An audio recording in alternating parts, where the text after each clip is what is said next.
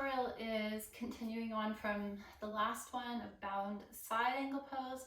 This is bound revolved side angle pose. So Baddha Parivrtta Parsvakonasana. All right, so it's very similar, except the upper body is twisted to the opposite leg, and therefore it is a bit more restricted in the ability to twist and move.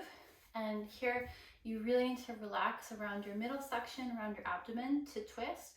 If it's tense there and you force the twist in the upper body and the spine, you might feel pinching or pain in your shoulders or your lower back, and you might not be able to breathe either. So that's a good indication that maybe you're not quite ready to go into the posture and to back off and do something that serves you, where you're able to breathe and still feel some sensation that's not painful. All right, so that's a good indicator point.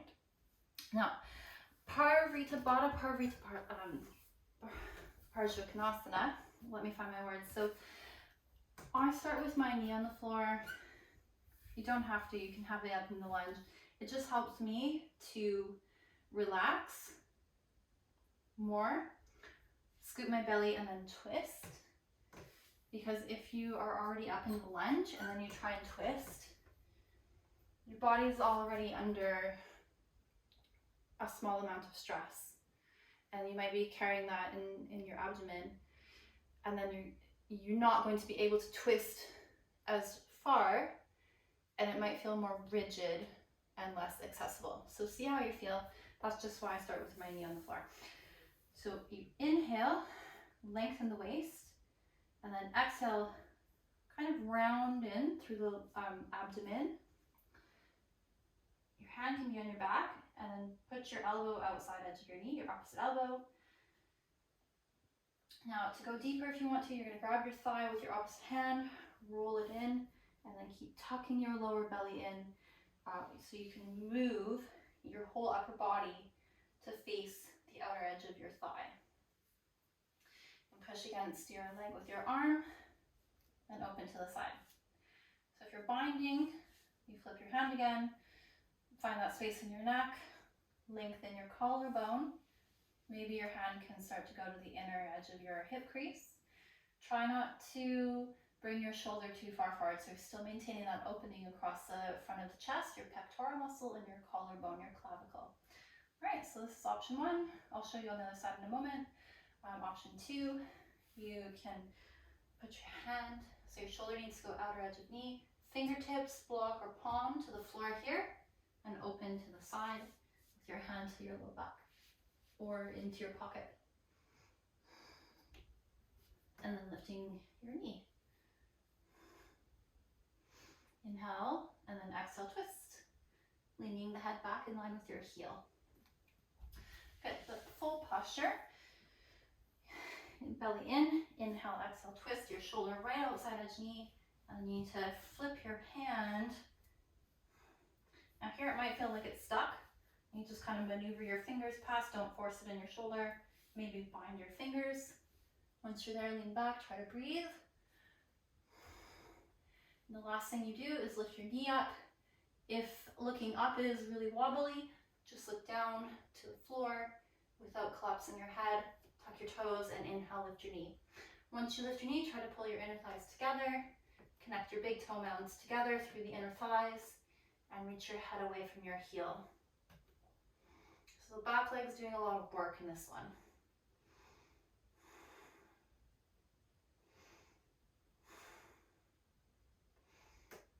And then to come out, you can release your bind from here, or put your knee on the floor first and then come out of the bind. All right, so let's do the other side so you can see the front of the posture. So inhale, exhale, belly in, turning, relaxing. Relaxation is key with breath. Inhale, open, expand your chest. You start to feel sensation around the side of the body, the chest, opening through your fascia, your connective tissue there. So space in your right collarbone, sides of your neck. You can put your palm on the lower back too if you want to. So see which one works for you. And if you're going further, it's just so your hand's in the right position. If you are going further, fingertips into left hip crease. And then inhale, try to move your chest open and your thumb towards the center of the chest. Don't force it, especially if there's pulling in your neck. So that's option 1. Option 2, inhale, exhale. So you turn and press your knee and link your shoulder to the outside edge of your knee. Put your fingers, I have a really creaky floorboard, I'm sure you can hear. Palm down.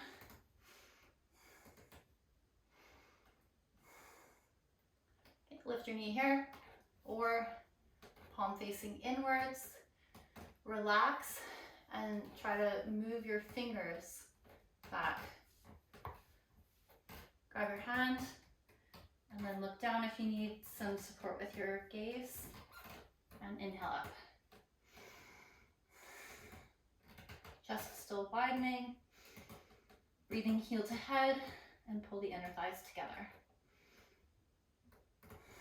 Have an awareness of your big toe mounds.